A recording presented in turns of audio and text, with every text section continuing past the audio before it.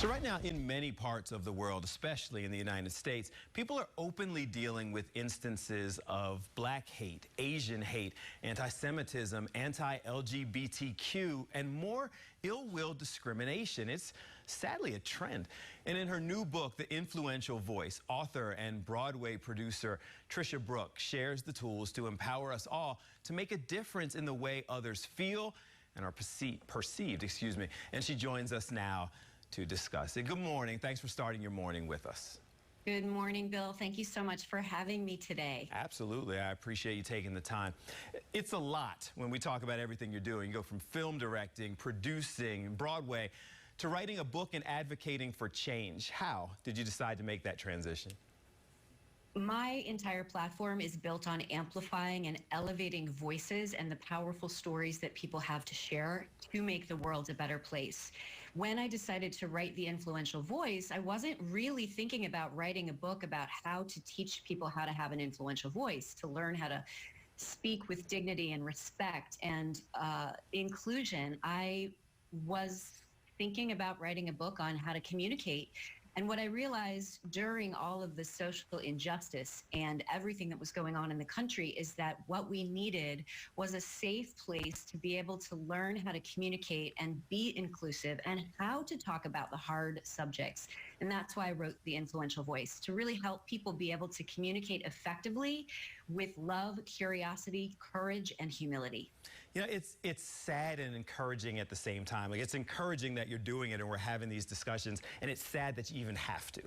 You know, so what do you hope people will gain from reading the book and hopefully kind of incorporating what you write about into their lives? What I'm hoping is that everyone will realize they have an influential voice, no matter where you live, no matter what race, what gender, what sexual orientation, what religion. You have an influential voice. And when we come together as a community of human beings to have these conversations and to ask the question, how am I part of the problem and how can I be part of the solution? Then we move towards a place of more inclusivity. And that is really my goal here. It's not about everybody sharing the same opinion. It's about learning how to communicate with dignity, respect, curiosity, courage, humility, and love.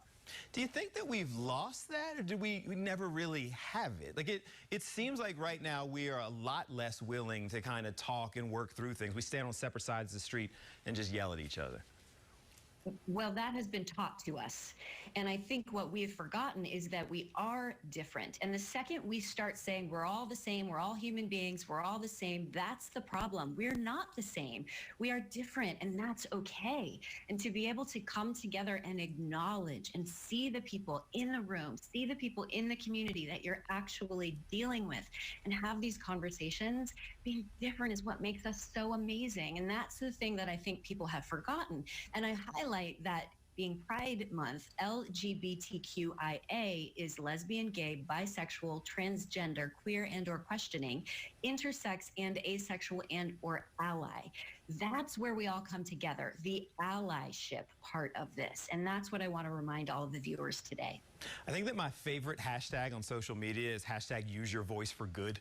Like that seems to be kind of the basis of a lot of what you're doing. You're a public speaker as well, and setting other people up to become public speakers. Is that kind of what that's about? It's really about teaching people that their voice matters, whether you are an influential voice across the kitchen table from your children or your partner, whether you are an influential voice as a teacher in front of a classroom or as CEO in front of your leaders. Being able to trust and know without a doubt that everything you have to say matters, and the words that you choose to say will have impact. And that's why learning how to speak with dignity and respect is going to move us away from hate and more closer to love. Yeah, it's a basic message, but I hope people finally start to listen and incorporate. I hope your book helps us do that. Thank you. I appreciate you starting your morning with us.